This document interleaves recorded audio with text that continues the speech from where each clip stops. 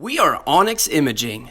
We are the highest rated and most reviewed printer service center in Oklahoma.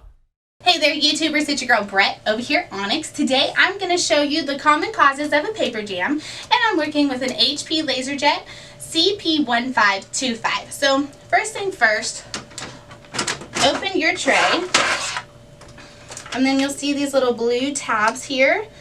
These you can use to adjust the size of the paper.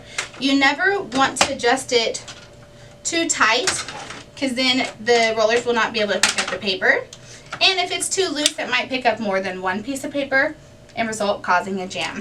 Also, you never want to fill over these little tab parts right here. This is a max level indicator. Again, it's the same issue. If you fill too much, it'll be too tight and the rollers won't be able to pick up the paper.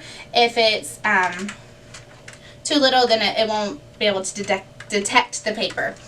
So go ahead and make sure that those are aligned.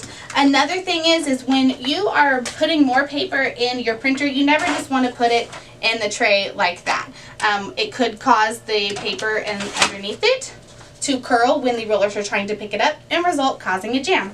So what I like to do is take my old paper with my new paper, stick it together and fan it out. I like to do this because sometimes the condensation in the air will cause the pages to stick together. And then after you fan it, go ahead and line it up so they're all aligned, and then just stick it in your tray. If you guys are in need of any supplies or quotes, give your girl Brett a call and have a great day. Thank you for watching. If you're interested in how you can receive free labor on all of your service calls, as well as how to qualify for free printer upgrades, contact us today. We are here for all of your printer and office supply needs.